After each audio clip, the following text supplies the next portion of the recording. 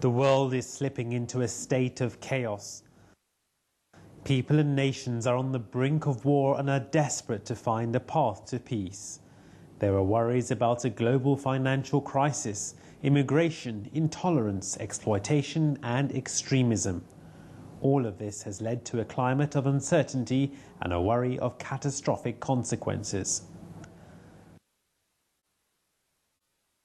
Hazrat Mirza Masroor Ahmad, the head of the Ahmadiyya Muslim community, has been paving the path to peace by expounding on the root causes of injustice, the potential dangers of ignoring them, and providing solutions to contemporary issues. On a number of occasions, he has taken the opportunity to warn world and religious leaders, senior politicians and journalists of their responsibilities regarding these matters.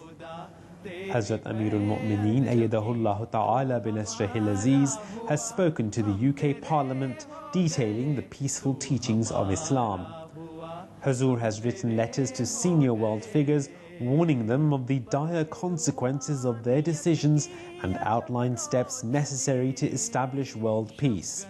This included letters to Barack Obama, President Ahmadinejad of Iran, Chancellor Merkel of Germany, Benjamin Netanyahu of Israel, David Cameron, Prime Minister of the UK, Wen Jiabao, Premier of the State Council of the People's Republic of China, and King Abdullah of Saudi Arabia. A letter was also hand-delivered to the Pope. In June 2012, a historic event took place at Capitol Hill where Hazur addressed leading congressmen, senators, ambassadors, White House and State Department staff, NGO leaders, policy advisors and journalists. It was the first meeting of its kind in America, where some of the most influential leaders of the US got to hear firsthand Islam's message on world peace.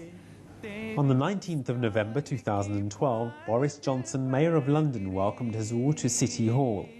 During the meeting, Hazur and the Mayor discussed various issues, including the establishment of world peace and the true teachings of Islam. In December 2012, Hazur spoke at the EU Parliament in Brussels.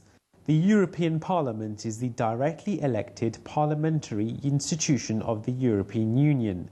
It works alongside the Council of the European Union and the European Commission and exercises the legislative function of the EU, making it one of the world's most powerful legislators. The EU Parliament is composed of 754 members. This makes it the second largest democratic electorate in the world after the Parliament of India and the largest transnational democratic electorate. Hazur's visit to the EU Parliament commenced with a series of meetings with MEPs on Monday the 3rd of December. The same evening, Hazur graced a dinner reception held in his honour at the Parliament, where people had the opportunity to meet Hazur in a relaxed atmosphere.